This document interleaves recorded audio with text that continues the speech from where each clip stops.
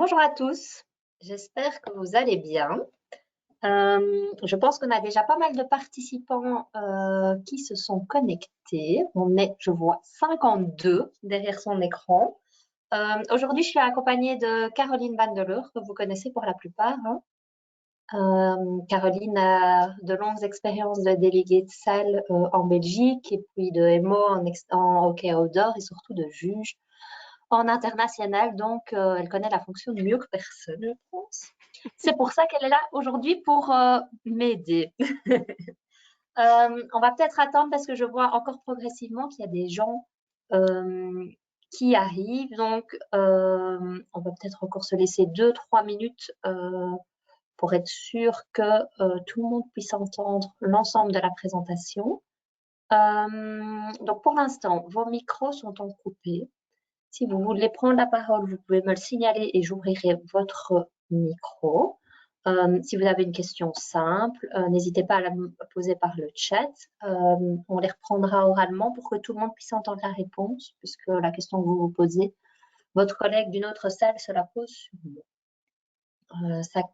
Il y a toujours des participants qui commencent à rentrer, donc je me permets encore d'attendre quelques minutes.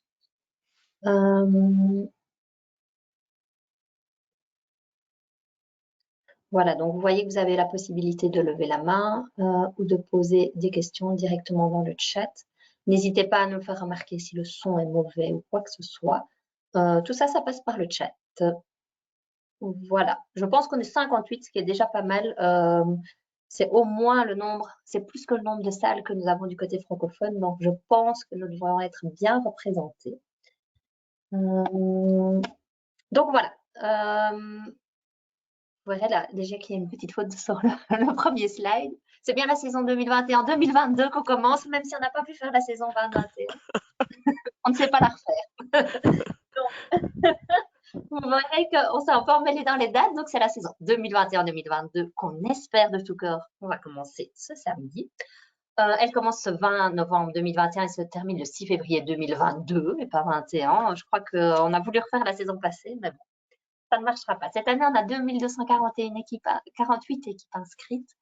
Alors, je ne sais pas si ça vous dit quelque chose, c'est un petit peu moins qu'il y a 2 ans parce qu'on a voulu limiter le nombre d'équipes inscrites en proportion du nombre d'heures de salles qu'on louait, parce que c'était important pour nous pour continuer à garantir la qualité des équipes, qu'on puisse continuer à jouer dans de bonnes conditions. Et le fait qu'on ait limité le nombre d'équipes à un nombre d'heures de salles, ça nous a permis d'avoir une nouvelle salle. Donc, il y a certainement, plus que certainement, des nouveaux délégués parmi vous, vu qu'il y a des nouvelles salles et que de toute façon, de fois en fois, d'année en année, les délégués changent. Donc, c'est important. Pour les anciens délégués, évidemment, il y aura des redites parce que tout n'a pas changé, bien entendu. La plupart de votre mission reste similaire aux années précédentes. Il y a quelques modifications par-ci par-là. On va les énumérer, il y aura beaucoup de rappels, mais bon, vu qu'on est resté une année sans jouer, je crois que ça ne fait pas de tort. On va directement parler du Covid parce que sinon vous allez me poser la question très vite. Je n'en sais pas plus et personne au sein de la Fédé n'en sait plus sur ce qui sera dit devant votre Codeco. On espère vraiment qu'il n'y aura pas de restrictions quant à la pratique sportive. Quoi qu'il en soit, nous, on est tributaire de ce Codeco et on prendra les conséquences qui devraient être prises. Donc, on communiquera le plus rapidement possible pour que vous soyez informés. Par contre, sachez toujours qu'il va y avoir un Codeco demain soir, enfin la conférence de presse du Codeco demain soir. On doit toujours attendre les textes légaux qui suivent parce que les annonces au Codeco sont parfois assez vagues. Donc, on communiquera peut-être pas dans l'heure de la fin du Codeco. On attendra les textes légaux pour être sûr de communiquer une information complète. J'ai déjà une question. Comment est-ce qu'on fait pour enregistrer le webinaire? Ne vous inquiétez pas, c'est moi qui l'enregistre, c'est pas vous. Donc, demain matin, vous recevrez les slides, les documents annexes et l'enregistrement pour pouvoir le distribuer à vos collègues délégués si nécessaire. Il y a une précision aussi importante par rapport au Covid, c'est que vous, en tant que délégué de salle, vous n'êtes pas le Covid manager, vous n'êtes pas le contrôleur du CST, c'est juste pas possible. vous vous occupez des matchs en cours, vous verrez, vous prenez notamment le temps, vous ne savez pas aller en même temps contrôler des COVID safety kits. Donc, on a bien demandé à tous les clubs qui géraient une salle de voir avec le propriétaire de la salle ce qu'il en était en termes de contrôle du COVID safety kit. Est-ce que c'est le club qui doit le faire? Est-ce que c'est la salle qui s'en occupe? Mais quoi qu'il en soit, ça ne peut pas être vous, vous ne savez pas faire. Il y a bien une dispense du COVID Safety Kit pour les bénévoles en indoor. Ça, c'est la règle générale en Fédération Wallonie-Bruxelles. Donc, on entend pour les bénévoles, notamment les délégués de salle. Après, certaines communes, certaines salles peuvent mettre en place des règles plus restrictives. Donc, de nouveau, renseignez-vous auprès du gestionnaire de votre salle si vous êtes dans la situation. Je pense que je vais déjà céder la parole à Caroline pour qu'elle vous rappelle un peu les modifications qui avaient été mises en place pour la saison 2019-2020. Vu qu'on n'a pas beaucoup pratiqué, c'est important d'en reparler, je pense. Elle vous présentera ensuite les modifications, les quelques modifications de règles de jeu pour cette saison. Et elle passera à vos missions et je reprendrai la parole en fin de session. Voilà, je te laisse la parole, Caroline. Merci Justine. Bonsoir à tout le monde. Je suis désolée pour ma voix qui est un peu rauque. J'espère que je ne vais pas trop tousser. Si ça devait arriver, Justine va reprendre le relais. Donc, pendant la saison 2019-2020, il y a eu plusieurs gros changements au niveau des règles de jeu et le règlement sportif. On va vite les parcourir pour être certain que tout le monde est bien au courant. Donc, on joue comme en outdoor, plus avec un gardien volant, ce n'est plus autorisé. Soit on joue à 5 joueurs de champ plus un gardien full équipé, soit on joue avec 6 joueurs de champ. On autorise 2 changements de gardien pendant la rencontre et le temps ne sera pas arrêté pour faire ce changement de gardien. Ce qui veut dire que le gardien doit venir jusqu'au milieu du terrain, devant la table, pour être substitué avec un joueur. On ne change plus les bancs à la mi-temps, donc ça c'est quelque chose qui nous arrange tous. Les équipes, en arrivant, l'équipe qui est home, je dirais, hein, qui joue à domicile, va être assis à gauche de la table. L'équipe qui est away s'assiera sur le banc à droite. Le temps de jeu a été modifié également. On joue en 4 quarts, donc en 4 périodes de 10 minutes. Il y a un mi-temps de 3 minutes, donc entre la deuxième et la troisième période. Le quart-temps, donc entre la première et la deuxième période, sera de 1 minute, hein, également entre la troisième et la quatrième période. Ce n'est pas beaucoup de temps, donc à nous de bien gérer. Au bout de 30 secondes, 40 secondes, il faudra déjà donner un petit coup de sifflet pour relancer le temps, pour être certain de respecter les horaires. Il n'y aura donc plus de time-out. Hein. Le fait de jouer en quart a remplacé les time-out, ce qui est une excellente chose parce que ça causait très souvent des discussions. Donc, à nous de bien respecter les horaires de match. Si jamais il y a quand même eu un retard, hein, parfois ça arrive hors de notre volonté, il est possible de réduire le temps des rencontres, hein, de 30 secondes ou 1 minute par quart-temps, par période. Hein, pas seulement réduire le dernier quart, ce serait pas bien. Et il faut prévenir les arbitres et les équipes avant la rencontre. Donc, si vous devez appliquer cela, vous devez bien renseigner tout le monde pour que tout le monde soit au courant avant que la rencontre ait débuté.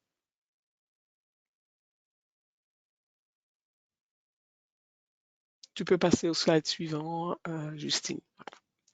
Alors, on rappelle que le stick indoor est obligatoire pour toutes les catégories, ainsi qu'un gant complet aussi pour toutes les catégories, de jeunes jusqu'en seniors, et que si la couleur des tenues des équipes prête à confusion, l'équipe visiteuse doit changer la tenue.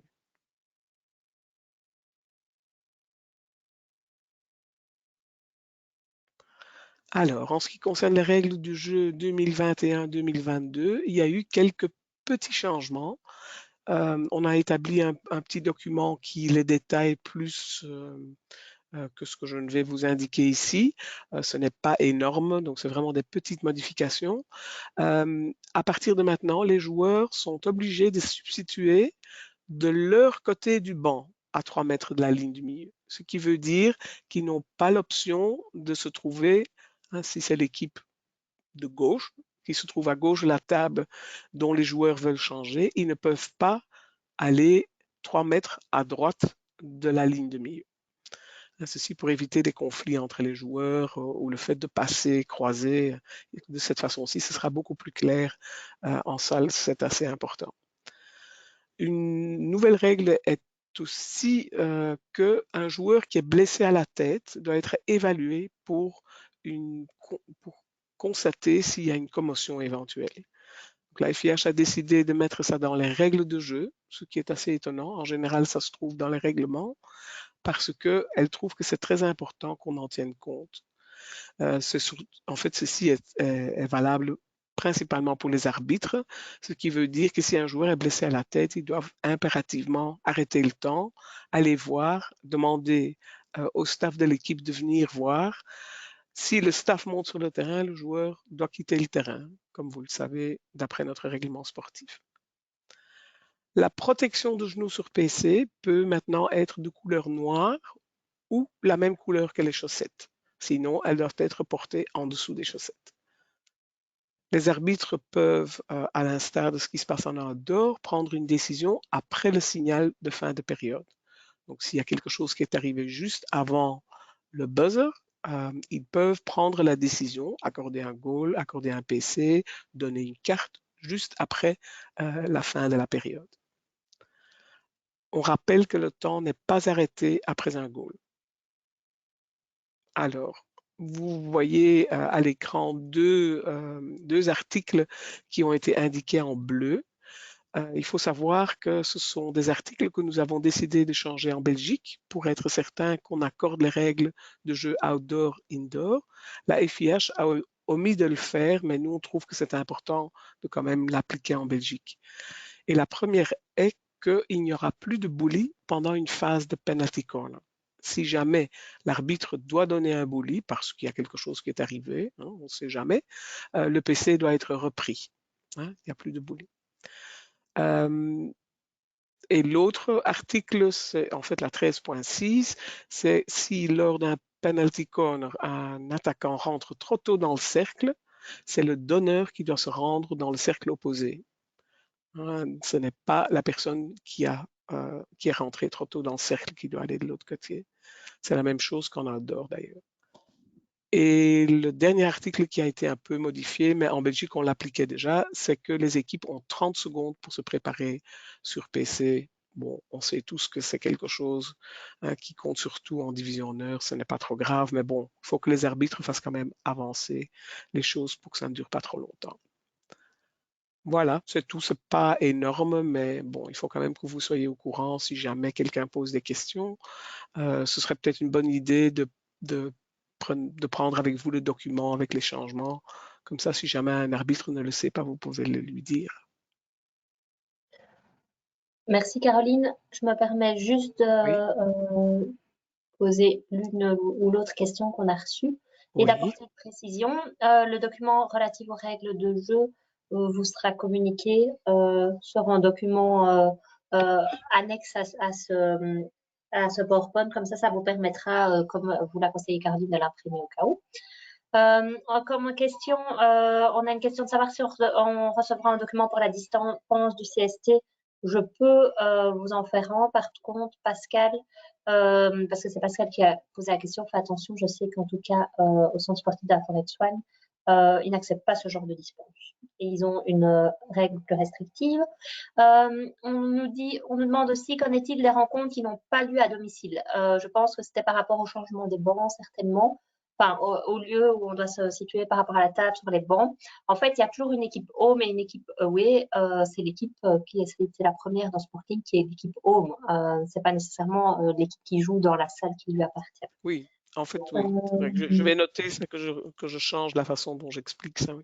Oui. C'est la première équipe qui est mentionnée sur le rapport de match, se trouve à gauche de la table et la deuxième se trouve à droite. Voilà. Alors, on nous demande aussi, est-ce que c'est au délégué de salle de vérifier chaque stick des joueurs? C'est une bonne idée. On sait que ce n'est pas toujours possible. Je propose de regarder dès que possible quand les équipes arrivent. Mais bon, souvent, on a très peu de temps. Je dirais, signalez-le de nouveau aux équipes quand ils arrivent, aux personnes responsables, de bien veiller à cela. Sinon, vous pouvez regarder quand les joueurs se substituent. En général, c'est un bon moment pour voir si les sticks, est bien un stick de salle, s'ils ont un protège-dents, s'ils ont les jambières, s'ils ont le gant. En fait, au moment où ils veulent monter sur le terrain, comme ça vous donne l'occasion de leur dire qu'il faut aller le chercher ou d'aller sur le banc s'ils ne l'ont pas. Alors, on va revenir un peu sur le CST. Alors, le parent coach pour moi, il fait partie de la liste des bénévoles qui est repris dans le texte de loi. Et donc, il est dispensé de CST. On communiquera encore à tous les clubs après le code éco. Comme ça, on communiquera une fois que la formation sera définitive. Et donc, Ridwan redemande si le délégué au terrain est dispensé de CST. Oui, il fait aussi partie des bénévoles qui peuvent être dispensés de CST. Mais attention, dispense de CST signifie port du masque obligatoire. Est-ce que le temps de jeu pour les équipes ladies et gents est le même? Non. Comme on l'a communiqué dans la lettre d'inscription, les équipes gents et ladies jouent 2 mi-temps de 30 minutes contre 2 équipes différentes. Alors, ok. En cas de non-respect des règles, pas de gants adéquats, pas de protège-jambes, pas de bonnes chaussures, pouvons-nous réagir et de quelle façon? Je te laisse peut-être répondre. Je dirais qu'en fait, les chaussures, pour certaines choses, il faut être très sévère. Je pense que on sait tous qu'on joue pas en indoor avec des chaussures outdoor. Il faut penser au fait que cela abîme le sol et que la salle risque de ne plus être disponible pour le hockey si on l'accepte. La même chose pour les sticks. Maintenant, je dirais qu'il est possible d'être un tout petit peu coulant le premier week-end, certainement avec les petits jeunes qui arrivent ou des personnes qui sont nouvelles, qui ne sont pas au courant. On peut être un peu plus coulant. Je dirais que ce n'est pas la fin du monde s'ils jouent une fois avec un stick qui n'est pas indoor, mais il faut bien rappeler que à partir de la semaine suivante, et qu'on va tous se mettre d'accord, qu'on va être très strict à partir du deuxième week-end pour interdire cela. Après, dans certaines salles, vous n'avez pas le choix que d'être strict dès le premier week-end et n'hésitez pas à l'être. Alors, je vais encore revenir un peu sur le CST. Si CST, ok, pas de masque pour les joueurs, pour le coach et pour l'arbitre. Mais pour moi, les spectateurs très certainement doivent obligatoirement porter le masque. Je pense qu'il serait préférable que le délégué de salle le porte. J'ai un petit doute pour savoir si c'est obligatoire ou non. Je vais vérifier et on vous enverra tout ça dans le débriefing. Mais a priori, ce serait sûrement préférable et on verra encore de nouveau ce qui va être dit lors du code éco de demain. On va encore revenir sur les cartons durent combien de temps à chaque fois? Alors, comme on l'a dit dans le slide précédent, 1 minute au premier quart et au troisième quart, et la mi-temps, 3 minutes. Alors, quelle est la température adéquate à maintenir dans une salle éphémère? Alors, on demande qu'elle soit chauffée au minimum à 14 degrés. 14. Oui. Comme toutes les salles, en fait. Une question encore sur la table et les bancs, je pense. Si la table est du côté opposé au banc pour un manque de place, les équipes home sont-elles à gauche aussi, Caroline? Excellente question. C'est une situation qu'il faut absolument éviter. Donc, quitte à peut-être se trouver sans table véritable, mais c'est quelque chose qui est en fait, je veux dire, c'est quelque chose qu'il faut absolument éviter. Il faut vraiment faire en sorte que vous vous trouvez entre les deux équipes. Parce que comment gérer les changements, comment gérer tout ce qui arrive, si vous êtes de l'autre côté, ce n'est quasiment pas possible. Donc, il faut vraiment faire en sorte que vous soyez de ce côté-là. Je pense qu'il y a toujours un peu moyen, bien que ce n'est pas toujours pratique, hein. Je me souviens de la salle à, à Kuckelberg. Je sais que c'est très difficile parce que ça veut dire qu'en fait, il n'y a presque pas de place pour une table. Mais bon, à ce moment-là, il faut prendre ses affaires sur les genoux et trouver un autre moyen de le faire, ne pas vraiment avoir de table devant soi. Je sais que ce n'est pas évident, mais si on est de l'autre côté, ce n'est pas possible de gérer les équipes. Hein, ce C'est ça, n'est pas ça rentre dans possible. votre rôle, évidemment, de contrôler, enfin de calmer les équipes au cas où, etc. Si vous êtes de l'autre côté du terrain, c'est compliqué. Alors, qui Oui, doit fournir le marquoir sifflet pour le délégué de salle? C'est votre club. Ça, je pense qu'on a répondu. Par rapport aux chaussures, oui, on vérifie que ce sont bien des chaussures indoor. Les guêtres du keeper aussi. Et mettre du thé pour ne pas abîmer la salle. Merci, Pascal, tu as raison. Comment va-t-on recevoir le papier pour la prestation des délégués de salle? Je ne suis pas sûre de bien comprendre la question, mais est-ce que la question est de savoir comment est-ce qu'on va savoir combien d'heures vous avez presté? On y reviendra après. Mais ça fait déjà quelques années qu'on ne vous demande plus de remplir un document avec les heures que vous avez prestées. En fait, on se base sur la programmation dans votre salle. On ajoute une demi-heure avant le premier match, une demi-heure après la fin du dernier match. Et on sait ainsi combien nous devons rémunérer le délégué de salle. Mais il y a un dernier slide à la fin de la présentation sur votre rémunération. On y reviendra. Voilà, les premières questions. Ici, je ne sais plus où on en est. Ça, on a déjà vu. oui. Et voilà, on arrive sur l'application OK Belgium. Voilà, j'espère que tout le monde connaît l'application. Ce n'est pas bien compliqué, hein, il faut la télécharger, il faut aller dans le Google Play ou le shop d'Apple pour aller la télécharger. Il faut vous connecter avec l'adresse email qui a été renseignée par votre club. Il faut faire attention parce que parfois les gens sont connus avec différentes adresses email et donc il faut vraiment que ce soit l'email que le club a renseigné pour vous. Donc, il faudra peut-être contacter votre secrétariat si vous ne parvenez pas à vous connecter. Donc, il faut cliquer sur Ajouter, une fois ouvert l'application, évidemment. Et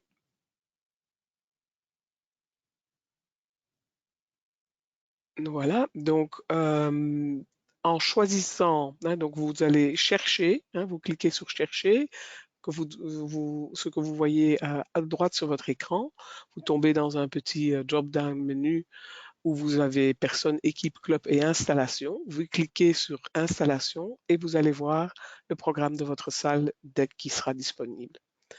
En cliquant sur la petite étoile à droite de votre salle, vous l'ajoutez dans vos favoris et cela sera plus facile de le retrouver à chaque fois que vous ouvrez l'application. Me permet juste du coup de compléter, et ça c'est très important, on a demandé à votre club, surtout si vous travaillez avec une série de délégués différents, de créer une adresse générique pour qu'il y ait qu'un seul accès aux feuilles de match. Donc, c'est important, soit vous êtes le délégué fixe et c'est certainement votre adresse qui a été renseignée, soit c'est une adresse générique. Donc, renseignez bien, prenez bien les renseignements auprès de votre club pour savoir avec quelle adresse email vous devez vous connecter à l'application pour avoir accès à votre programme et à la feuille de match qui en découle. Ne vous inquiétez pas, vous n'avez pas encore accès aux feuilles de match. On va uploader toutes les informations donc jeudi. Donc vous aurez les informations, vous saurez avoir accès à votre programme en tant que délégué de salle avec cette adresse dès jeudi. Voilà, je te laisse la parole, Caroline. Merci. Alors, on va vous rappeler très rapidement hein, le document où se trouvent toutes vos tâches en tant que délégué, hein, ce que vous devez faire la veille du match, le jour de la rencontre, avant la rencontre, après la rencontre, et ce que vous ne devez absolument pas faire. Tout est listé. On va juste passer quelques moments clés en revue, hein, mais ce document-ci vous sera envoyé également. Alors, la veille, vous allez vérifier la programmation de votre salle pour être sûr que vous sachiez à quel moment vous devez être dans votre salle, comme vous devez arriver une demi-heure avant le premier match, au plus tard. Euh, la veille, vous devez également rester disponible par email et par téléphone pour prendre connaissance d'éventuels forfaits ou d'autres soucis si jamais il y a quelqu'un qui a besoin de vous contacter. Donc, laissez bien votre téléphone branché et soyez prêt à répondre assez rapidement. Le jour des rencontres, donc comme déjà dit, on vous demande d'être au moins 30 minutes avant la première rencontre présent dans la salle. Je sais que dans certaines salles, on ne sait pas accéder beaucoup plus à l'avant. Euh, Ceci afin de tout mettre en place.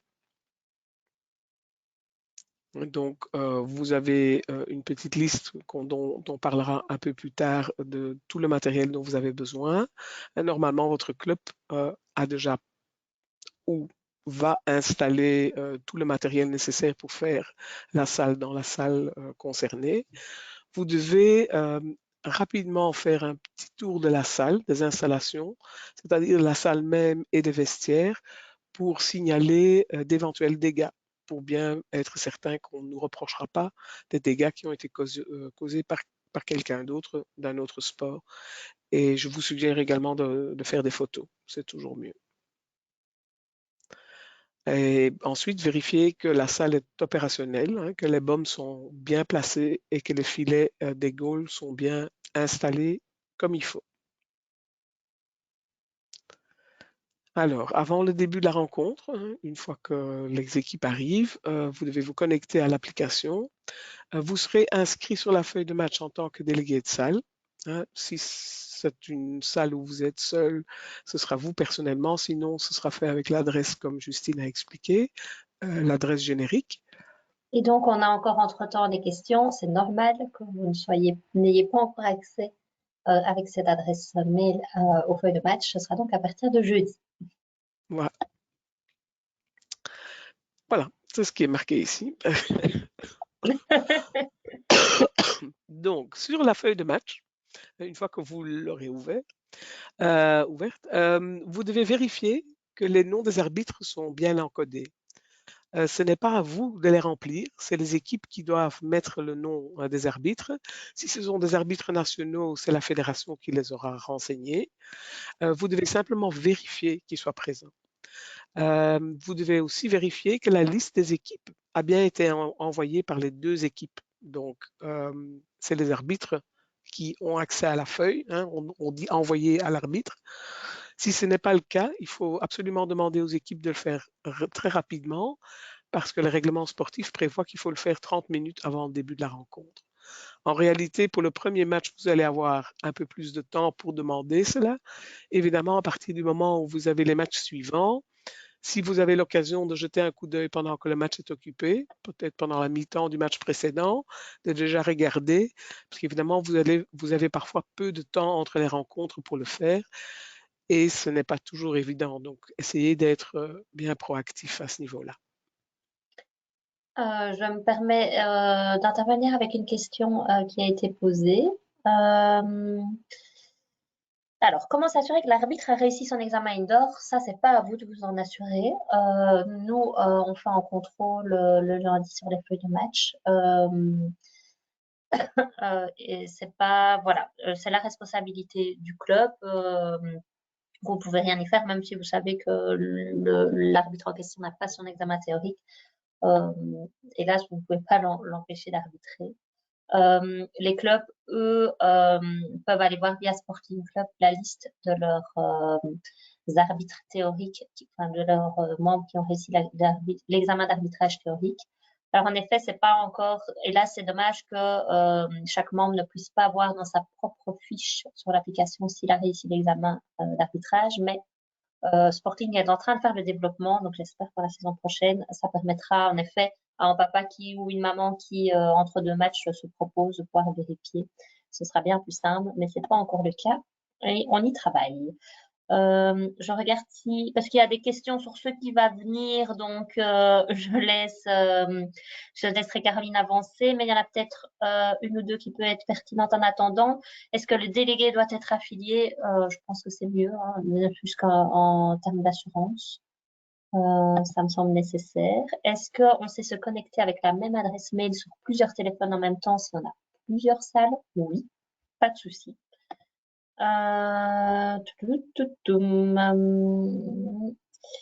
Les arbitres nationaux sont prévus pour les rencontres de quelle division? Ils sont prévus pour les rencontres. On a envoyé un mail pour ça de DH, messieurs et dames, D1 dames, U19, U16 et U14 DH.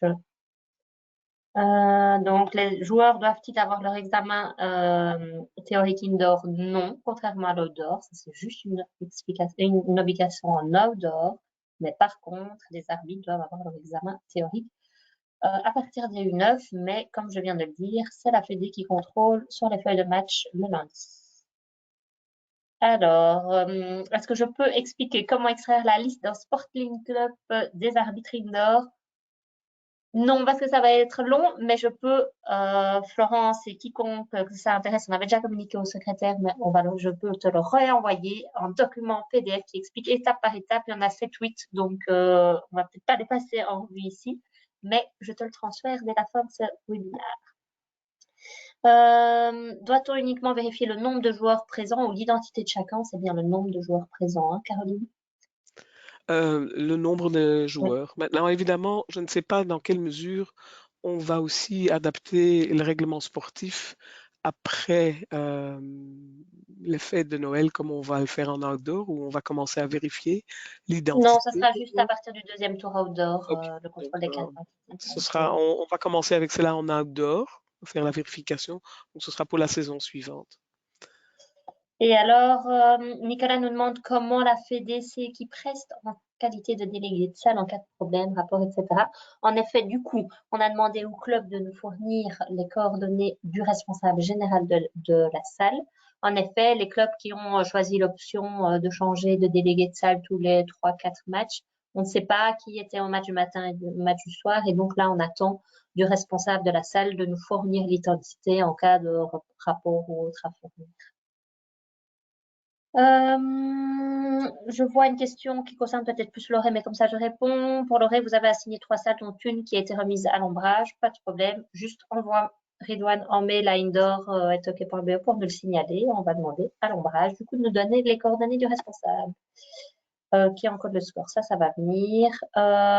Si l'adresse générique est nouvelle, j'imagine qu'il faut créer le mot de passe. Tout à fait. Vous vous connectez comme un nouvel utilisateur de l'application se connecte. Quel est l'âge minimum pour jouer en ladies? Vu que ça n'a rien à voir, je réponds tout de suite. C'est comme en extérieur, c'est pas les juniors, c'est les ladies, 35 ans, avec possibilité de dérogation. Si une équipe a un doute sur l'identité des joueurs de l'équipe adverse et demande la vérification, j'imagine, des cartes d'identité, que doit faire le délégué? Le délégué ne doit rien faire. En fait, c'est les équipes qui doivent Oui, d'après le règlement sportif, c'est les équipes qui doivent se communiquer, les équipes sur demande, sur demande. Donc, la vérification se fait par les équipes. Et normalement, c'est pas par nous. Nous, on vérifie simplement pour voir si le nombre de personnes sur la feuille, sur le banc est bien correct. Et alors, l'âge minimum pour les délégués de salle, on nous le demande souvent, c'est bien 16 ans. Et alors, Caroline, tu pourras peut-être plus répondre que moi. Que faire en cas de forfait? En cas de forfait, la feuille doit être complétée.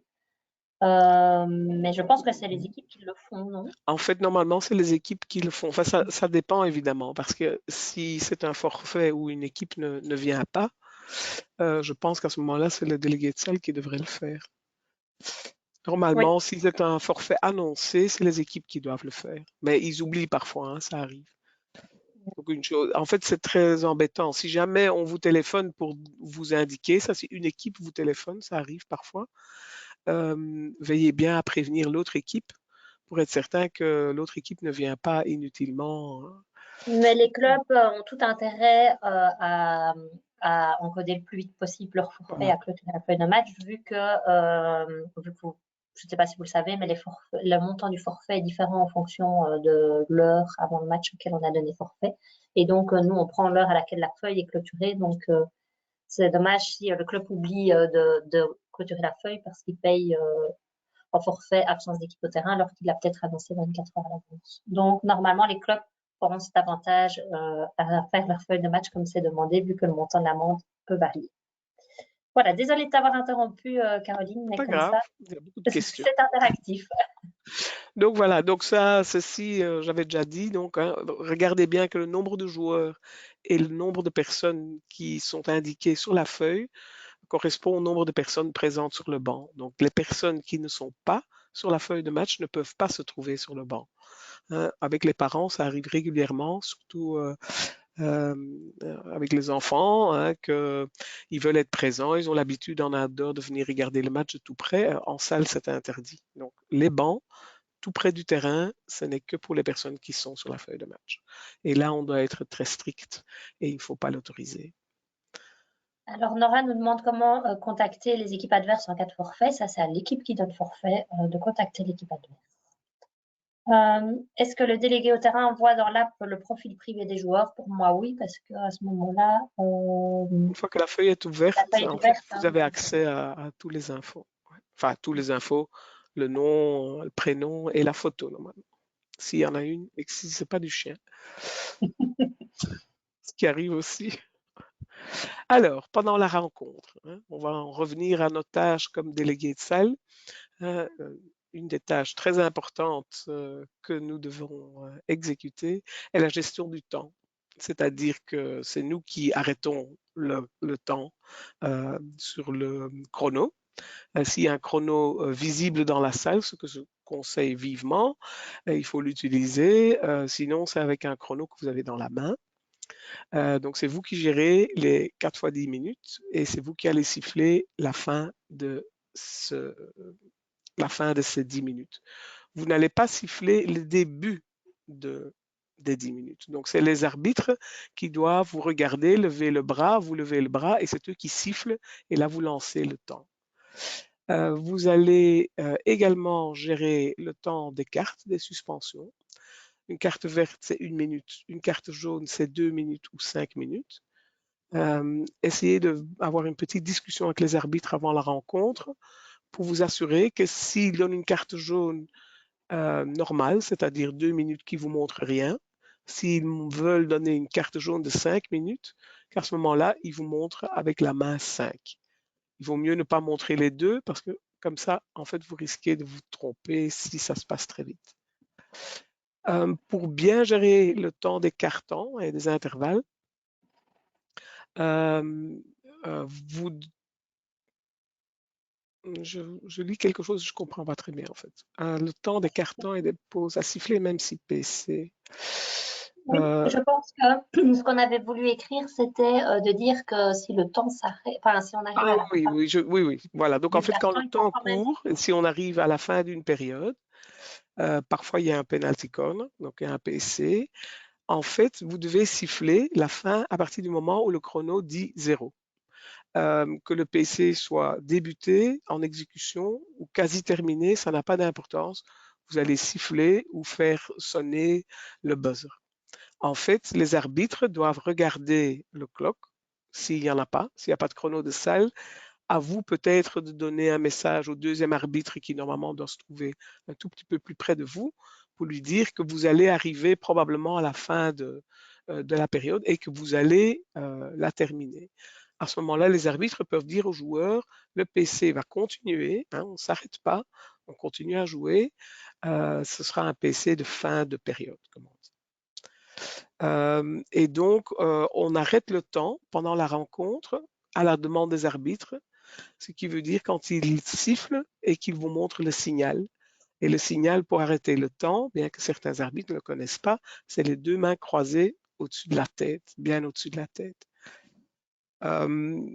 Et l'autre moment où vous devez arrêter le temps, c'est si on a accordé un penalty stroke. À ce moment-là, les arbitres ne montrent pas qu'ils arrêtent le temps, mais vous devez arrêter le temps. Hein. Donc on arrête le temps sur penalty stroke, on ne l'arrête pas sur un penalty corner et on ne l'arrête pas sur un goal.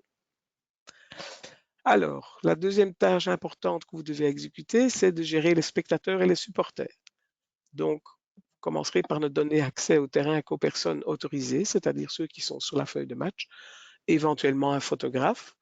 Si vous avez beaucoup de parents qui tout d'un coup deviennent des photographes assidus, essayez de limiter. Hein, donnez-leur aussi, si vous avez moyen bien sûr, des instructions pour leur dire qu'ils ne doivent pas se promener autour du terrain, ils doivent choisir un coin, s'y installer, ne pas bouger et ils bougeront quand il y a au quart suivant.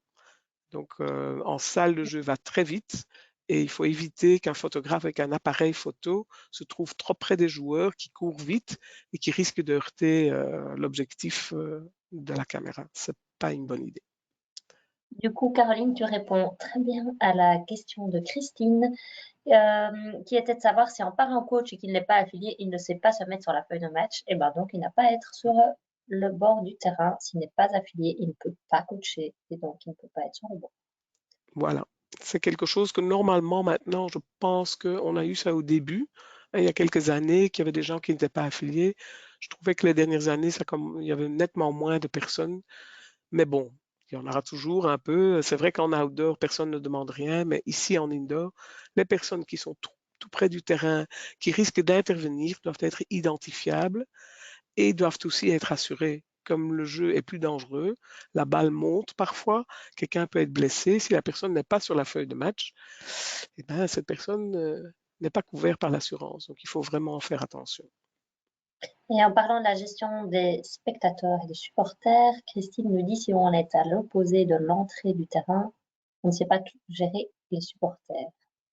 Non, c'est vrai, c'est quelque chose qui n'est pas facile, hein. Ça, c'est un véritable défi. Pendant la rencontre, pendant les 10 minutes, vous n'allez pas pouvoir faire grand-chose.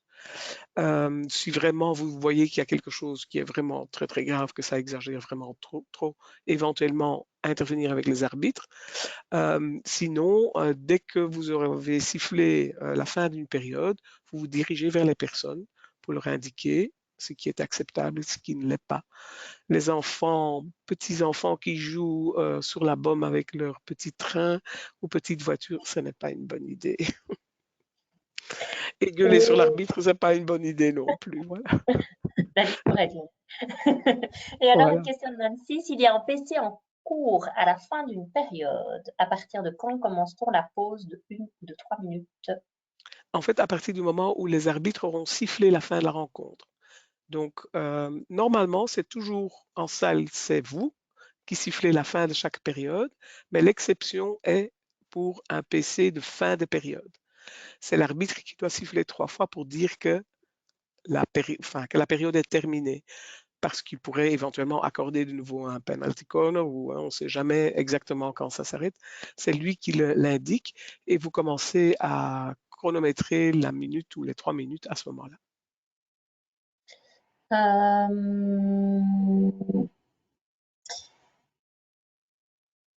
Il y avait encore, quid par rapport à la gestion des spectateurs, ici des équipes, des matchs qui suivent, qui s'échauffent sur le bord du terrain. Ah, aussi, c'est vrai que c'est pas évident. Je vais vite couper mon micro parce que je dois. Alors, je vais répondre à une autre des questions. Si l'arbitre ou le coach sur la feuille de match ne correspond pas à celui qui est sur le terrain, rapport et amende. Alors, ça, c'est pas évident. Si vous constatez que c'est pas, en tout cas l'arbitre, que c'est pas la même personne, oui, je vous invite à nous écrire un rapport et on verra les sanctions qui nous seront prises derrière. Tu veux revenir peut-être, Caroline, Oui, rappelle-moi la question parce que j'ai oublié. sur les équipes qui s'échauffent sur le bord du terrain? Ah oui, sur les équipes qui s'échauffent au bord du terrain. Donc pendant que la rencontre est occupée, c'est très embêtant pour les gens qui jouent, que ce soit des enfants ou des adultes, qu'il y ait des équipes qui s'échauffent en même temps. C'est aussi très embêtant pour les arbitres, hein, le tac, tac, tac, la balle qui risque de venir sur le terrain. Donc, moi, par principe, je l'interdis. Il y a des salles où parfois il y a beaucoup de place. Si la salle est suffisamment grande et il y a une séparation avec vraiment une séparation où on ne voit pas les personnes qui sont occupées, je ne vois pas d'inconvénient, comme par exemple à Erasme. Mais par exemple, pour prendre comme exemple, la salle de forêt de soigne, les joueurs, à l'époque où j'y étais, je les autorisais à s'échauffer physiquement, c'est-à-dire elles pouvaient courir de l'autre côté de la salle, mais pas jouer avec la balle et le stick, parce que ça, c'est trop embêtant. En plus, je trouve aussi, mais ça, c'est quelque chose qui est beaucoup plus difficile à faire passer, pendant que la rencontre est occupée, ces personnes ne doivent pas passer derrière les goals. Hein, je veux dire que si le jeu parfois change tellement vite le jeu revient, il y a un joueur, enfin il y a des personnes qui se trouvent à côté du goal, derrière le goal, peuvent déstabiliser le gardien, peuvent être touchés par une balle qui a été envoyée. Donc ça, il faut absolument empêcher. Donc si les équipes veulent s'échauffer, ils peuvent passer derrière le goal qu'à partir du moment qu'il y a un quart-temps ou la mi-temps, et il faut leur dire qu'ils doivent rester de l'autre côté jusqu'au moment où il y a de nouveau un quart-temps ou que la match est finie pour revenir. Il faut être assez strict à ce niveau-là pour éviter les accidents. Certainement avec des enfants, ils ne font pas attention. Et s'ils attrapent une balle sur la tête, vous allez perdre beaucoup plus de temps à gérer l'ambulance et tous les problèmes suivants. Oui, tout à fait. Et Pierre me demande si c'est les arbitres, enfin, est-ce que les arbitres sifflent juste le début du match ou à chaque période de jeu, début de chaque période de jeu? À chaque période de jeu. Et je sais que dans certaines salles, il y a des gens qui le font et il y a des parents qui avaient l'habitude de le faire. Il vaut mieux que ce soit toujours l'arbitre qui le fasse. Pourquoi? Parce que vous, comme délégué de salle, en fait, c'est l'arbitre qui doit décider si toutes les conditions sont là pour débuter la rencontre. Vous, comme délégué de salle, c'est pas votre responsabilité. Je sais qu'il y en a qui le font, et à la rigueur, quand c'est des petits et des jeunes, c'est pas trop grave. Mais certainement, quand il y a des arbitres qui savent ce qu'ils font, et certainement des arbitres nationaux, c'est eux qui vont indiquer ça. Ils vont lever le bras, ils vont vous regarder, vous levez le bras également pour bien montrer que vous êtes attentive et que vous allez démarrer le chrono. Ils sifflent et vous le démarrez. Redouane demande si cela pose un problème que cette année, par exemple à Lorient, ils ont décidé de ne donner accès aux équipes que 15 minutes avant le match dans le chapiteau d'accueil de nos salles éphémères, et ce pour des raisons de Covid et afin d'éviter les flux importants. Pour moi, ça ne pose pas un problème vu que de toute façon, tant que les équipes n'ont pas accès au terrain, enfin, elles n'auraient quand même pas su s'échauffer, donc on ne sait pas vous le reprocher. Non, de Je ne toute sais pas où façon, elles devront attendre, si c'est dans le clubhouse ou autre. Ça, bah, voilà, ça c'est l'expérience client que je vous laisse gérer au mieux. Mais en tout cas, pour la compétition en tant que telle, ils doivent avoir accès au terrain quand il est disponible avant. oui, On dans les pourra salles éphémères, reprocher. il n'y a pas de place pour s'échauffer sur le côté de C'est toute ça. façon. Voilà, Ouais. donc, voilà. Ok, pour les cartes et les scores, on va y revenir, ne vous inquiétez pas, Oui. on n'y est pas encore. Et donc, pendant la rencontre, vous devez aussi être à la disposition des arbitres. Et on veut dire par être à la disposition que pendant la rencontre, vous soyez attentif à ce qui se passe sur le terrain, c'est-à-dire essayer d'avoir régulièrement contact visuel avec les arbitres, notamment quand ils ont arrêté le temps, quand il y a eu un goal, quand il y a eu un PC, pour ça vous donne l'occasion de communiquer quelque chose à eux si vous avez raté quelque chose ou vous n'avez pas bien vu une carte, par exemple, vous n'avez peut-être pas vu la couleur ou la durée. Donc, soyez vigilants, soyez activement en communication avec les arbitres. Hein, je sais que parfois, il y a des gens qui vont venir vous demander des choses, ou vous allez devoir vérifier déjà la feuille de match suivante, mais essayez d'être vraiment concentré sur le match et pour que les arbitres puissent faire appel à vous s'ils ont besoin de vous. Alors, les horaires de match sont-ils prévus pour permettre un échauffement avant le match? Alors, ce qu'on faisait par le passé et qu'on ne fait plus, c'est qu'on ne programme les matchs que toutes les heures. Donc, théoriquement, si tout va bien, il y a un peu de temps d'échauffement pour les équipes, vu qu'un match dure 45 minutes avec les mi-temps. Bon, on sait que ça dure un peu plus, mais théoriquement, il y a un peu de temps d'échauffement pour les équipes. Existe-t-il un fichier Excel avec l'occupation des salles par club? C'est uniquement sur Hockey Belgium.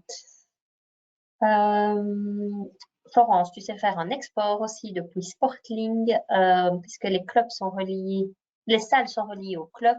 Tu sais faire un export de la programmation dans tes salles comme tu pourrais le faire pour l'occupation de tes terrains.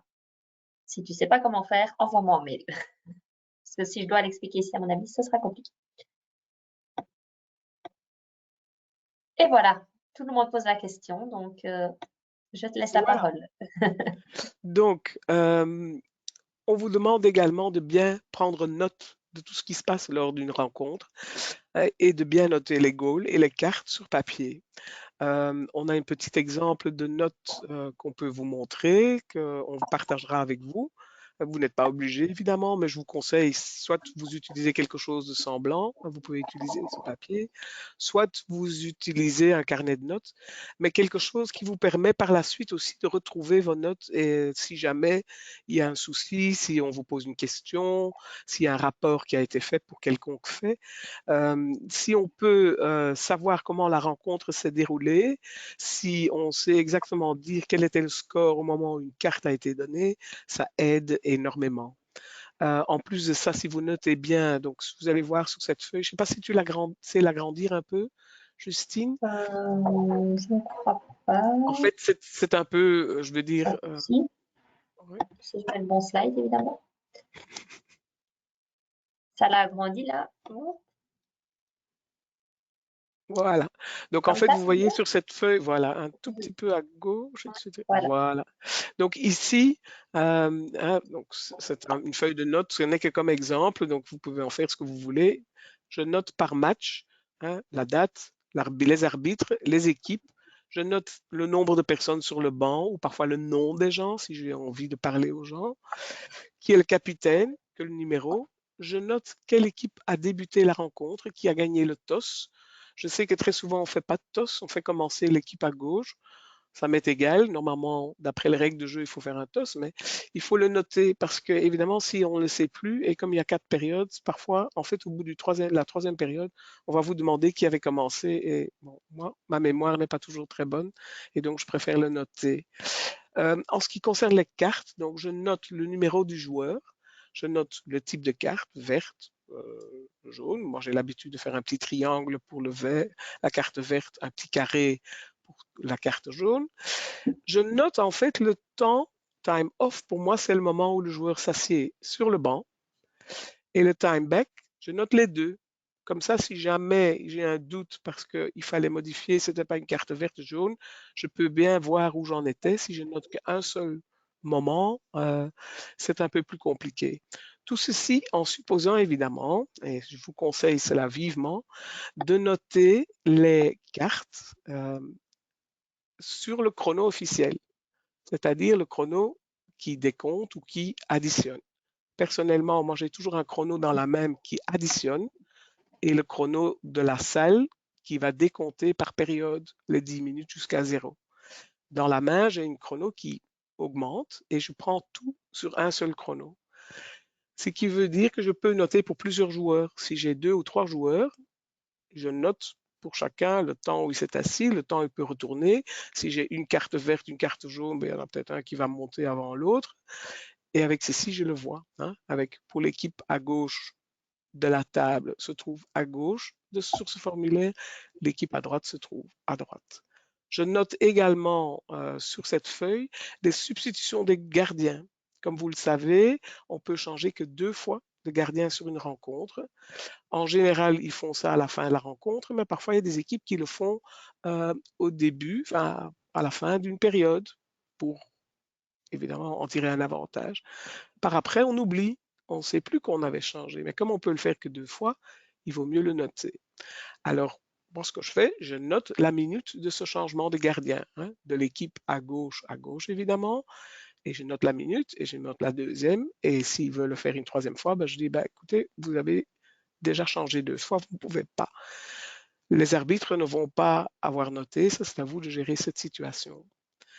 Pour les goals, c'est un petit peu la même chose. Donc, moi, je note les goals, la minute du goal, je note l'équipe, je note le joueur, le numéro de joueur, c'est pas indispensable, mais je note le score. Comme ça, je peux à tout moment vérifier si mon score sur ma feuille que j'ai manuscrite est la même avec le score qui se trouve sur le scoreboard.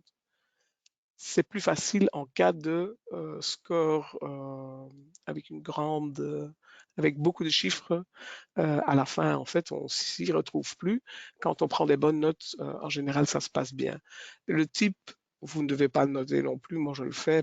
J'aime bien savoir si c'est un goal de champ ou de PC. Bon, je m'interromps. Alors, j'en profite pour reprendre le relais. Est-ce que vous recevrez cette feuille? Oui, je vous l'envoie avec les slides, avec la fiche des missions arrêt Alizé.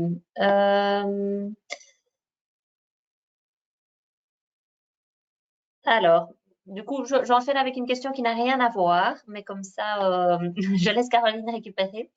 Alors, certains me disent qu'ils remarquent qu'ils sont parfois programmés dans Kien Salle.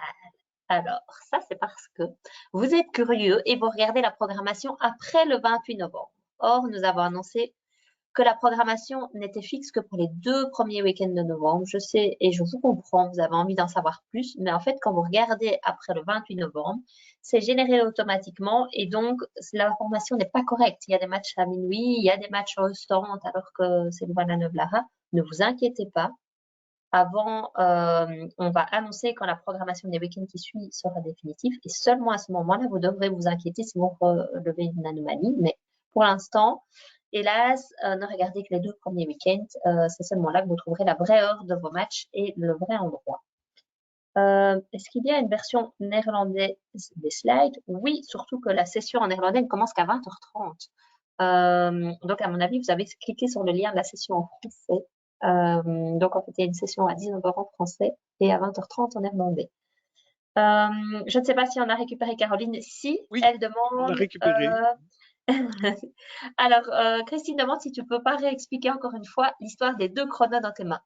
Ah oui, tout à fait. Donc en fait, j'ai un chrono qui additionne, c'est-à-dire je commence en début de la rencontre avec un chrono qui avance. Il commence à 0 et va se terminer à 40. Mon deuxième chrono, s'il n'y a pas de chrono, pas de scoreboard dans la salle, ce chrono-là, en fait, je l'utilise avec, il est programmé sur 10 minutes et il décompte. Et en fait, je les pousse en même temps. Comme ça, j'ai toujours le même temps sur les 2 chronos.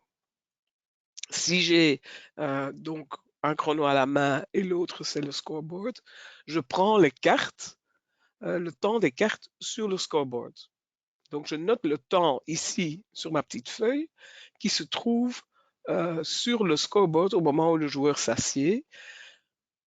Comme ça, si jamais j'ai plusieurs personnes qui ont une carte, je peux dire au joueur, toi tu remontes à 10, enfin non, pas à 10, c'est pas possible, à 6,02, mais tu dois me le demander, hein, il ne peut pas monter tout seul. Comme ça, en fait, il ne va pas vous demander systématiquement combien de temps il reste sur sa carte. Il sera tranquillisé parce qu'il verra le chrono se décompter et il sait à quel moment il peut remonter. Le temps officiel de la rencontre est de toute façon toujours le temps qui est affiché dans la salle. Si jamais, pour une raison ou une autre, ce scoreboard tombe en panne, il va falloir, je veux dire, proactivement intervenir et prévenir tout le monde pour dire que le scoreboard n'est plus juste et que c'est vous qui l'avez dans la main. Ce qui doit permettre parfois aux équipes de venir vous demander combien de temps il reste. J'espère que c'est assez clair. Ça va, Caroline? Décidément, j'ai plus de voix du tout, mais bon. Ah, Alors, si tu après veux la que je prenne le rencontre, relais, oui. vas-y. Ah ben, écoute, je vais essayer. Si ça ne va plus, tu l'entendras bien. Donc, ce sont les arbitres qui valident la feuille de match. Ce n'est pas le délégué de salle qui le fait. Et c'est à vous de vous en assurer qu'il le fasse bien. Donc, vérifiez et rappelez-le. Si jamais il y a un problème, donc comme vous avez bien pris note de tout ce qui se passe pendant la rencontre, vous êtes maître de savoir quel était le score, quelles étaient les cartes. Et donc, si jamais vous constatez que les arbitres n'ont pas bien rempli la feuille, évidemment, idéalement, ils vont faire ça ensemble avec vous après la rencontre pour bien noter les cartes. Vu que c'est vous qui les gérez, souvent les arbitres ne vont plus les noter eux-mêmes. Ils vont peut-être bien se souvenir qu'un joueur en a eu un, mais parfois ils ne se souviennent même pas du numéro de joueur. Donc c'est à vous de bien veiller à noter tout ça clairement. Et donc, si jamais on a validé une feuille et qu'il y avait une erreur, il faut envoyer un petit mail à indoor@hockey.be pour être certain que la correction sera effectuée. Et de là, tout l'intérêt de prendre des bonnes notes. Si vous avez des notes, vous avez un carnet, si le lendemain ou 2 jours après, on vient signaler quelque chose, vous pouvez reprendre votre carnet ou votre feuille de match et vous pouvez voir immédiatement ce qui est arrivé. C'est toujours mieux, on se souvient mieux quand on a noté, faire appel à sa mémoire. Bon, ça va quand on a 25 ans, mais plus quand on en a près de 60, comme c'est mon cas. Voilà. Alors, qu'est-ce qu'on ne peut jamais faire? Hein, on le répète chaque année, mais malheureusement, on constate quand même qu'il y a des délégués de salle qui se laissent tenter pour aller arbitrer. Ce n'est pas autorisé. Vous ne pouvez pas arbitrer. On sait très bien que c'est très dur quand une équipe arrive sans arbitre, mais c'est leur problème. C'est à eux de venir avec un arbitre. Vous, vous avez une tâche bien spécifique à effectuer et vous ne savez pas faire les deux. Je crois que tu l'as encore. Oui. Donc, ne montez jamais sur le terrain pendant que la rencontre est occupée. Quoi qu'il arrive, il faut que les arbitres arrêtent le temps avant de pouvoir monter sur le terrain ou qu'ils vous appellent. Et donc, ne quittez pas la table, sauf s'il y a un accident, s'il y a quelque chose de grave qui est arrivé. À ce moment-là, vous pouvez stopper le temps. Je m'imagine un problème d'incendie, un accident dans la salle. Là, évidemment, vous avez le droit de stopper le temps, mais il faut évidemment en avertir les arbitres et les équipes. Ne donnez jamais votre chrono à quelqu'un d'autre. C'est vous qui devez gérer le temps. C'est vous qui devez être présent sur la table, à la table, pendant toute la rencontre. On sait que c'est parfois pas évident parce que si vous avez tous les matchs qui se succèdent, vous avez peu de temps entre les rencontres. Mais comme délégué de salle, c'est votre responsabilité. Ne donnez jamais, ou grand jamais, votre avis sur un fait de match ou sur une décision arbitrale. C'est aussi tentant, hein, bien sûr, même il y a plusieurs délégués de salle qui sont des arbitres ou qui ont été des arbitres nationaux. Ce sont les arbitres qui doivent prendre les décisions. Ils ne doivent pas venir vous demander conseil. Ils peuvent évidemment, avant la rencontre, vous demander une explication sur une règle ou à la fin de la rencontre, quand elle est terminée, vous avez évidemment bien sûr le droit d'expliquer les règles de jeu, mais il faut absolument éviter de donner votre avis sur ces décisions parce que ça ne fait qu'augmenter les discussions et on ne s'en sortira jamais. Ce sont les arbitres sur le terrain qui doivent décider. S'ils font des erreurs, ils font des erreurs. Si vous avez l'occasion de discrètement leur en parler quand les autres équipes, hein, quand personne ne le voit, why not? Mais ne le faites pas devant tout le monde. Ça ne cause que des ennuis. Et ce que vous ne devez jamais faire non plus, c'est remplir la feuille de match. Bien que c'est aussi très souvent demandé par les équipes, surtout des jeunes, c'est les équipes qui doivent le faire. Avec le smartphone, tout le monde sait le faire, c'est pas compliqué et vous avez beaucoup trop d'autres choses à faire pour vous occuper de cela. Maintenant, évidemment, si une équipe arrive et à la dernière minute, il faut juste changer un joueur, hein, ou les personnes sur le banc, vous avez constaté qu'ils sont quatre et il n'y en a que trois, vous pouvez vite rajouter une personne. Ça, ce n'est pas un problème ou enlever une personne. Mais ne commencez pas, vous, à remplir toute la feuille. Ça, c'est aux équipes à le faire.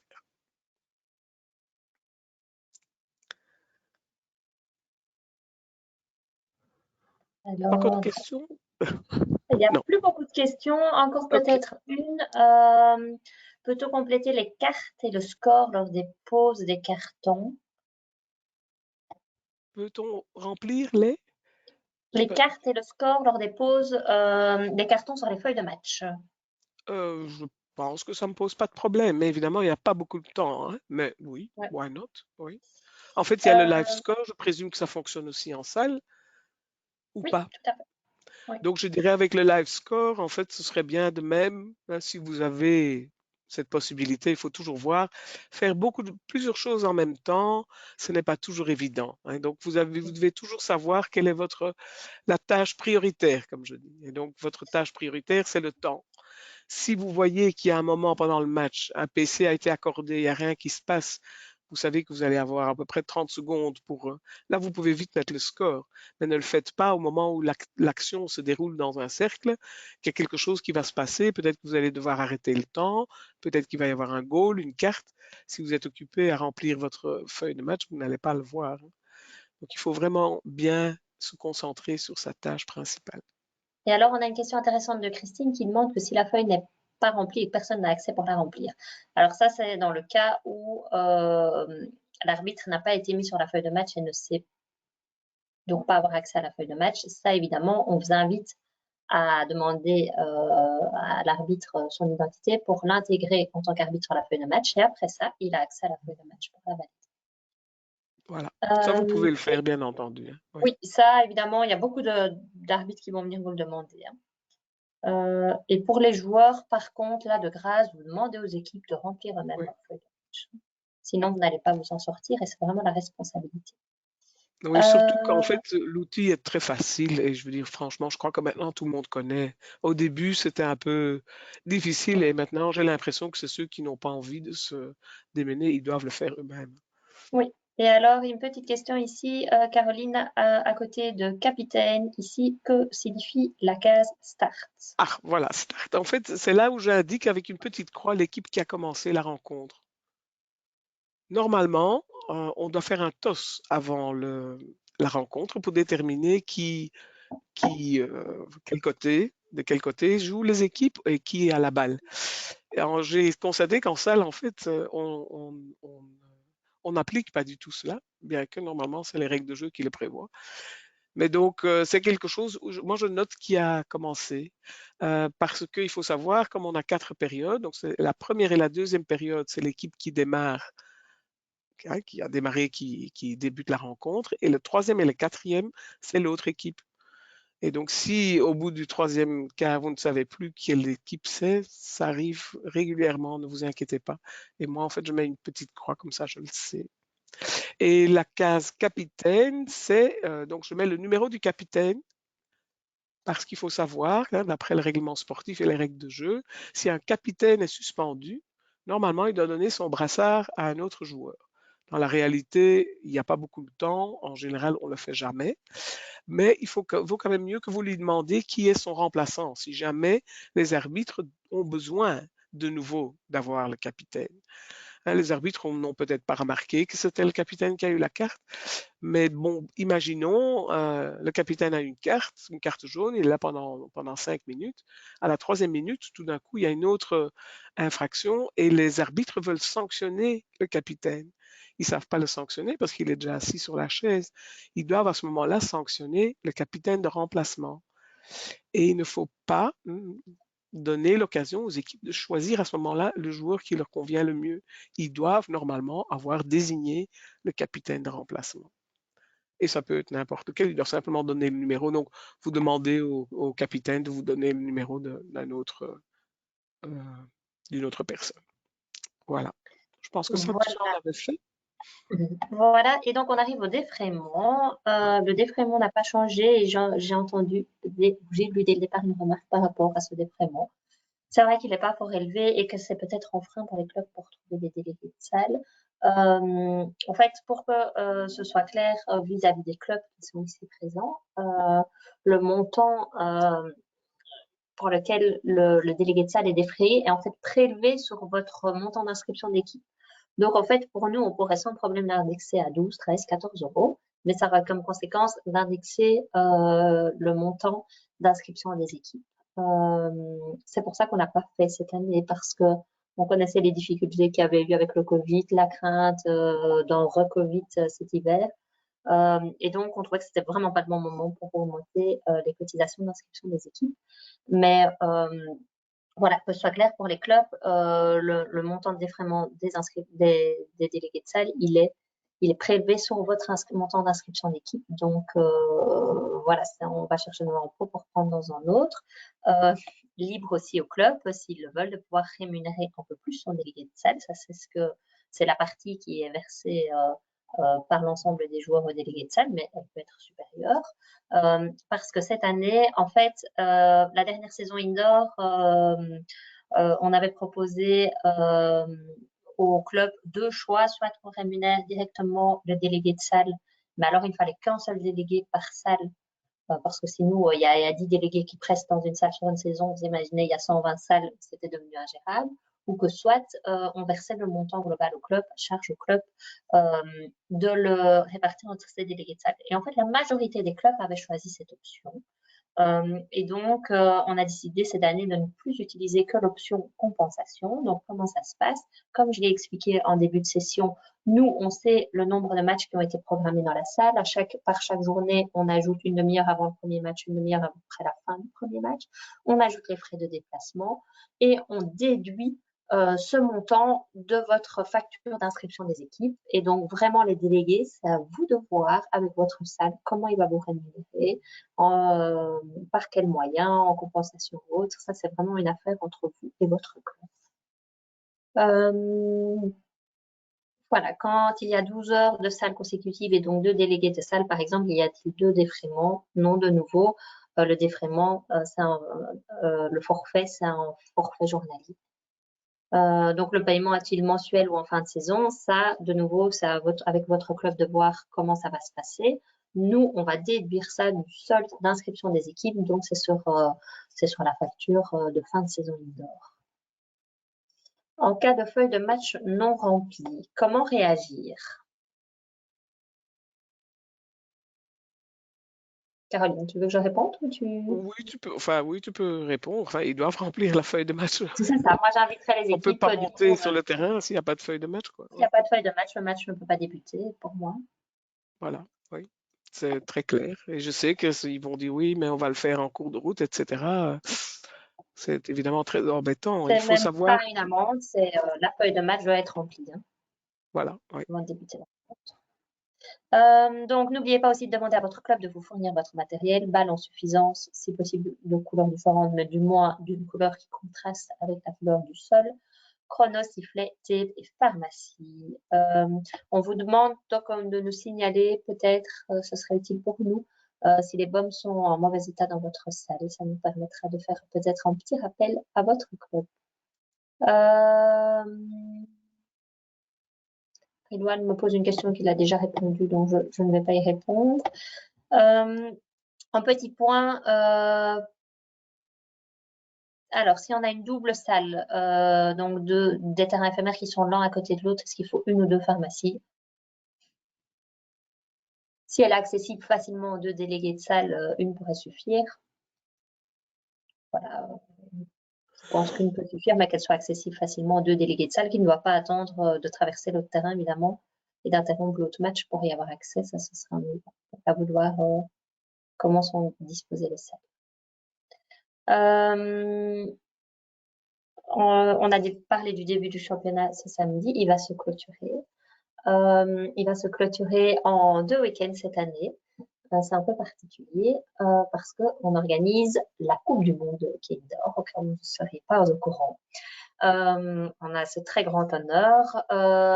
Mais donc, on va quand même clôturer notre championnat le 29 et 30 janvier, comme ça se fait traditionnellement avec nos demi-finales et finales messieurs et dames. Ce sera Sportoise à Leuven, une magnifique salle. Et on y jouera nos demi-finales U14 et U16. Et le 5 et 6 février, on aura l'immense choix d'organiser nos finales de championnat sur le terrain de la Coupe du Monde. Donc, les joueurs pourront jouer là où les joueurs de la Coupe du Monde auront joué durant toute la semaine, puisque le terrain 2 n'est plus utilisé le samedi en fin de journée et le dimanche. On a reçu l'autorisation de la Fédération internationale d'y organiser nos demi-finales U19 et nos finales jeunes. Comme chaque année, on fait un appel aux délégués de salles très motivés qui ont œuvré toute l'année dans les salles à se poser candidat pour être délégués lors des finales. C'est avec grand plaisir et je crois que c'est une belle récompense pour tout le travail que vous avez fait durant toute la saison. Et Pascal est donc candidat, je le note. Et donc, comme je viens de le dire, on organise la Coupe du Monde de hockey indoor. Je pense que c'est important de vous en parler. Très bien. Et on a une deuxième candidate, Magali, pour les finales. J'espère qu'on aura aussi des candidats pour la Coupe du Monde en tant que spectateur ou en tant que bénévole. J'y viens. La Coupe du Monde de hockey indoor, c'est la première Coupe du Monde dans sport collectif en Belgique. Donc, c'est quand même un super événement. Il aurait dû être organisé il y a un an. Il a été reporté. Il sera organisé en février 2022, quoi qu'il arrive avec le Covid. Je l'espère. Donc, on a 12 nations, dames et messieurs, qui se rendront à Liège du 2 au 6 février 2022. C'est vraiment une grosse compétition parce que vous imaginez en 5 jours, 12 nations qui s'affrontent, ça fait beaucoup de matchs, plus de 80. Vous voyez ici la poule des dames. Nous affronterons l'Afrique du Sud, la Namibie, l'Autriche, la Biélorussie et les Pays-Bas. Nos messieurs, eux, ont été versés dans la poule de l'Iran, des Pays-Bas, de l'Allemagne, de la Namibie et des USA. Alors, comment ça se passe? Toutes les équipes s'affrontent au sein de leur poule. Les 4 premières sont qualifiées pour les quarts de finale, le gagnant pour des demi et les gagnants pour la finale. On connaît déjà le programme des Belges pour le match des poules. En indoor, on joue comme en championnat 2 matchs par jour, une session en matinée, une session en soirée. On s'est arrangé pour que les Belges puissent toujours jouer sur l'heure de midi et au match à l'heure la plus intéressante en soirée, donc vers 20h. On vous attend très nombreux. Où ça? Au Country Hall de Liège. Alors, il y aura 2 salles. Le Country Hall, c'est une magnifique salle de 4000 places. Une salle très connue pour le basket, mais aussi pour tout autre type d'événement. Avec un super espace VIP, une expérience spectateur qui est vraiment très très chouette. C'est une salle qui gagne vraiment à être connue. On va vraiment essayer d'en faire des soirées de show avec un public plaza très convivial, avec des stands de merchandising. Okay, on veut vraiment qu'il y ait une super expérience spectateur. Donc, on jouera, nous, Belges, tous les matchs dans le Country Hall, tous les matchs du mois de poule, et la demi-finale, quart de finale, demi-finale et finale dans le Country Hall. Les autres nations devront de temps en temps aller jouer dans la salle 2, qui est la salle vraiment juste à côté. Hein, vous voyez, les 2 salles sont vraiment l'une à côté de l'autre, c'est 100 mètres à pied. C'est le centre sportif du Bois-Saint-Jean, 750 places assises, c'est aussi une magnifique salle. On jouera sur la même surface de jeu, les terrains en style match que vous connaissez notamment dans les salles éphémères sur lesquelles nous jouons durant nos finales indoor. Le ticketing est lancé, vous pouvez aller sur le site Indoor Hockey World Cup 2022.com. Il y a un pass pour l'ensemble des matchs et on a essayé d'avoir un tarif qui est plus ou moins accessible pour avoir le plus de spectateurs possible. Nous cherchons aussi, bien évidemment, des bénévoles parce que c'est un super événement avec plus de 80 matchs, 24 équipes. Vous imaginez le travail qu'il y a derrière. Et nous avons évidemment besoin de bénévoles. Il y a vraiment des chouettes missions pour vivre cet événement de l'intérieur. Je pense notamment au rôle de team liaison qui est le rôle d'être la personne de contact des équipes. Donc, vous rentrez presque au sein d'une équipe que vous suivez pendant une semaine et vous êtes le point de contact vraiment de l'équipe. C'est très, très chouette comme expérience. Ça nécessite par contre d'être disponible toute la semaine. Le tournoi lui-même se déroule du mercredi au dimanche, mais les équipes arrivant le dimanche qui précède, ça nécessite vraiment d'être disponible toute une semaine. Il y aura aussi, on cherche aussi des data collection officers, donc c'est des gens qui vont encoder sur une tablette toute une série de statistiques telles que la pénétration dans le cercle, les goals, etc. C'est des statistiques nécessaires pour la fédération internationale. C'est très chouette comme mission parce que vous voyez tous les matchs assis sur votre siège, donc ça peut être très intéressant. On cherche évidemment des ball kits. On cherche des responsables de vestiaires, on cherche des chauffeurs, énormément de chauffeurs, vraiment énormément de chauffeurs parce que toutes les équipes vont être véhiculées en minibus.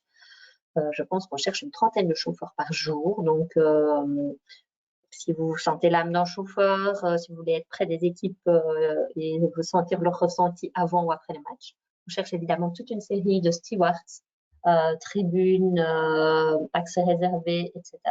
Le ticketing évidemment. Et on cherche aussi une éco-team. Donc il y a des postes pour les gens de 14 à 9 ans, bon, peut-être pas, mais de 14 mois à 75 ans du moins. Il faut juste que vous soyez disponible d'une demi-journée ou au tournoi entier, ça dépend des missions. Comme je l'ai dit, team liaison, il faut être là disponible toute la semaine, mais toutes les autres missions, ça peut être une demi-journée et ça nous sera déjà d'une très, très grande aide. N'hésitez pas à partager cette info autour de vous. Toute personne qui est volontaire, même une demi-journée, recevra le t-shirt de l'événement, sera nourrie et aura accès aux rencontres de la journée pour laquelle il est bénévole et aura une grosse réduction sur les tickets qu'il voudra acheter pour des autres jours. Donc, je vous invite vraiment à partager l'info aux équipes que vous voyez, à tout qui vous entendez parce que ce sera un super événement. Et si vous connaissez des gens ou si vous-même êtes intéressé d'être volontaire, ce serait vraiment super de nous aider. Et vous verrez que la plupart des salles vont connaître un affichage aux couleurs de la Coupe du Monde. Donc, l'idée, c'est vraiment que tout hockeyeur sache que du 2 au 6 février, on organise une Coupe du Monde de hockey indoor en Belgique. Voilà, je pense que ça clôt notre présentation. Alors, je n'ai pas eu le temps de voir les questions, En fait, mais je vois il y avait plein une de... petite question, c'était pour savoir quel âge il fallait avoir pour être ball kids. Alors, entre 12 et 18 ans, on dit. Après, ça peut 18 être ans, je dirais. un peu plus, mais il faut avoir par contre 12 ans. Donc, j'ai vu plein de candidats pour les finales, pour Liège. C'est vraiment génial. Donc, vraiment, pour les finales, vous pouvez m'envoyer un petit mail sur l'adresse indoor. Pour la Coupe du Monde, je vous invite, ce sera plus simple, à cliquer, aller sur le site Indoor Keywords Cup 2021 ou 22. Vous la trouverez sur notre site hockey.be. Vous pouvez là postuler en ligne, ce sera beaucoup plus facile. Mais je suis très contente de lire que vous êtes aussi enthousiaste à cette idée de participer à la Coupe du Monde. Et donc, on peut être bien sûr dispo plusieurs demi-journées. Hein. Donc, le minimum, en fait, c'est une demi-journée et le maximum, c'est 10 jours. Voilà, je pense. Je pense qu'il y a encore tout juste une question de Christine qui demande si une équipe vient sans arbitre, si on doit mettre un joueur. Alors, il faut savoir que si une équipe vient sans arbitre, ils peuvent prendre un joueur pour être arbitre. Mais ce Ils qui veut doivent. dire que il ne jouera plus. Donc, à ce moment-là, il arbitrera. Et il ne peut plus, et on n'a pas non plus la possibilité de dire, moi je vais jouer un quart et puis je vais arbitrer un quart et faire un tour de rôle. L'arbitre est arbitre du début jusqu'à la fin. Et c'est très Oui, important, on sait que c'est quelque chose qui n'arrive quasiment jamais, mais s'il y a un problème lors de la rencontre, est-ce qu'on va encore savoir qui était l'arbitre au moment où le fait est arrivé? Ça va être très compliqué. Donc, il ne faut pas accepter. Donc, ils doivent, à ce moment-là, désigner un joueur. oui, donc ça c'est vraiment important. On est obligé d'avoir un arbitre. Donc s'ils n'ont pas d'arbitre, ils désignent un joueur. Et si malgré tout ils changent tous les 40 temps alors que vous avez dit de ne pas le faire, mais qu'ils le font, notez-le sur la feuille de match ou envoyez-nous un petit mail parce que ça c'est susceptible d'amende, bien entendu. Voilà, je suis désolée de clôturer sur une amende. Mais si vous avez encore toute autre question, tous les slides vont être envoyés demain. Toutes les nouvelles liées au Codeco aussi. Dès qu'on a les textes, ça par contre, je vous demanderai d'être patient.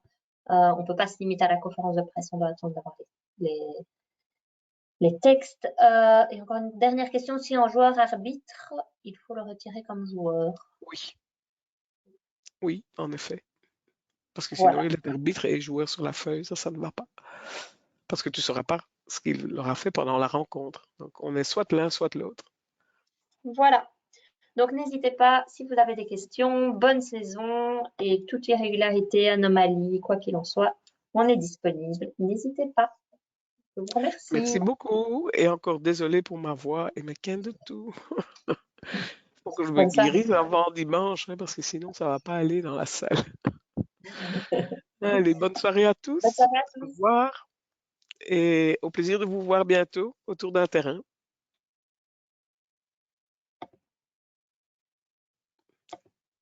Je vais faire au revoir. Là, je vais faire au revoir. Comme ça. Voilà. Hop là.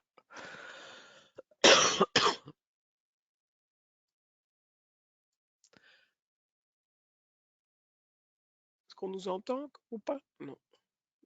Coupé.